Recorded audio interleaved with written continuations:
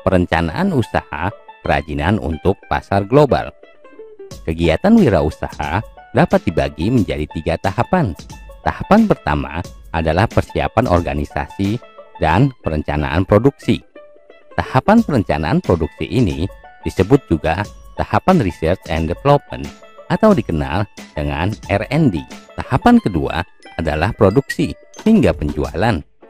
Kelompok wirausaha melakukan produksi kerajinan sesuai dengan target produksi dan melakukan upaya pemasaran sesuai dengan target penjualan.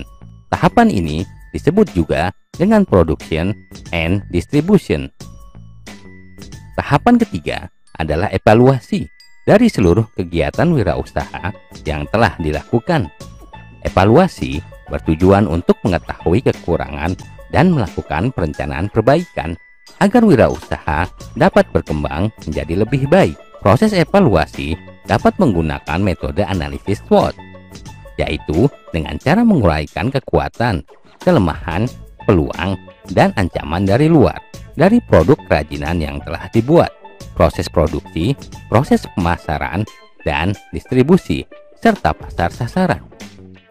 Pasar sebagai salah satu faktor kunci wirausaha kerajinan. Berdasarkan luasannya, pasar dapat dibedakan menjadi pasar lokal, pasar nasional, dan pasar global atau pasar internasional. Pasar global dapat dipahami sebagai pasar di luar pasar lokal dengan selera global.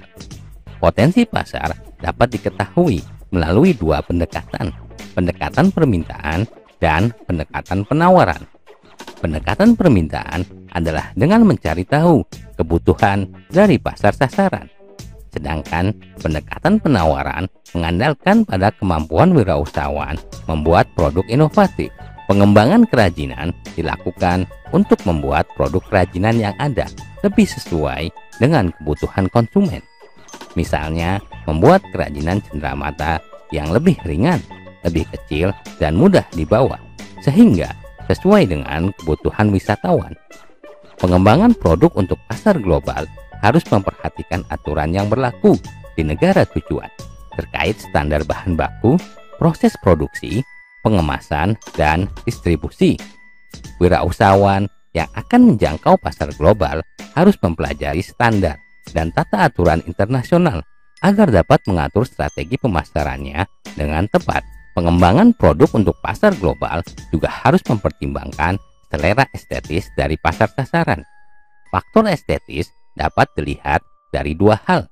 Pertama adalah tren desain dunia yang disepakati secara global dan berganti setiap tahunnya. Kedua adalah selera khas dari orang-orang di setiap negara. Setiap negara pada umumnya memiliki selera yang khas untuk warna, motif, dan bentuk dari suatu produk. Selera estetis tersebut dapat dipelajari dengan mengumpulkan gambar-gambar produk, iklan-iklan, maupun foto-foto, serta perilaku orang-orangnya.